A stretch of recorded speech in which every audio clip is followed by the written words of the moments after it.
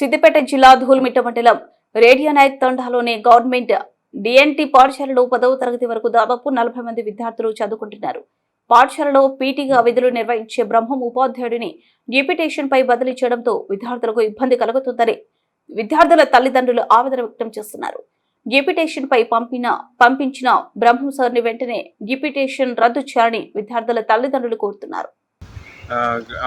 గత రోజుల నుంచి మాకు పీటీ సార్ రావడం లేదు. ఈ స్కూల్ నుంచి మేము స్టార్టింగ్ నుంచి చాలా కాపాడుకుంటూ వస్తున్నాం. యాక్చువల్గా 2018 ముందు మాకు ఇక్కడ స్ట్రెంత్ వచ్చేసి 350 మంది ఉండే. ఇప్పుడు ఆ స్ట్రెంత్ 2018 నుంచి మాకు డౌన్ఫాల్ అవుతూ ఉన్నది. చాలామంది పేరెంట్స్ ఏంటంటే ఇక్కడ టీచర్లు అప్పుడు పిల్లలు ఉన్నారు, టీచర్లు లేరు. 2018 వరకు టీచర్లు లేరని మా తల్లిదండ్రులు ఏం చేశారంటే పిల్లలను వేరే వేరే స్కూల్లో పంపించడం, స్ట్రెంత్ డౌన్ అవ్వడం. అక్కడ నుంచి మాకు దగ్గర 2024 వరకు స్ట్రెంత్ ఒక 15 మంది అయిపోయారు.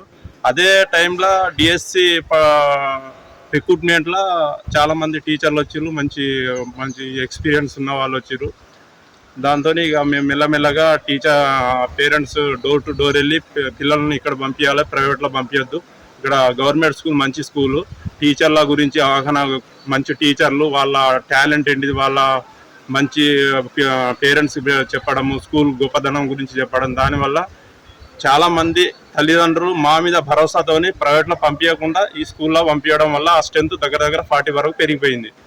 దాంతో ఇప్పుడు మేము ఏదైనా ఈవెంట్స్ జరిగినా, ఏదైనా పిల్లలను ప్రోత్సహించడము, బహుమతులు ఇవ్వడము, అలా ఇక్కడ ఉన్న ఈ స్కూల్కు పెయింట్ వేయించడము, మళ్ళీ పిల్లలకు షూస్ ఇప్పించడము, టై, బెల్ట్, యూనిఫామ్లు, ఇట్లా మోటివేషన్ చేసుకుంటా వాళ్ళను ప్రైజెస్ అది ఇది స్పోర్ట్స్ పరంగా మా పీటీ సార్ కూడా చాలా కష్టపడ్డారు.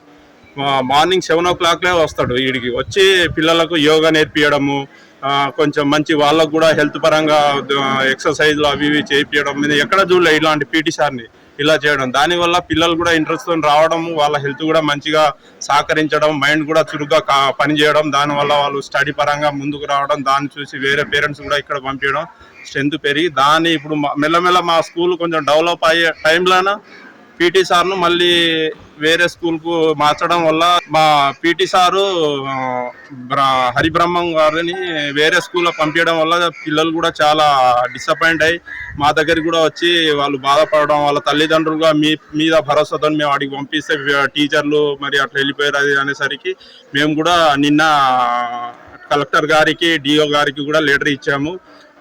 దయచేసి కలెక్టర్ గారు, డిఓ గారు మా స్కూల్ను కొంచెం పీటీ సార్ను తిరిగి అది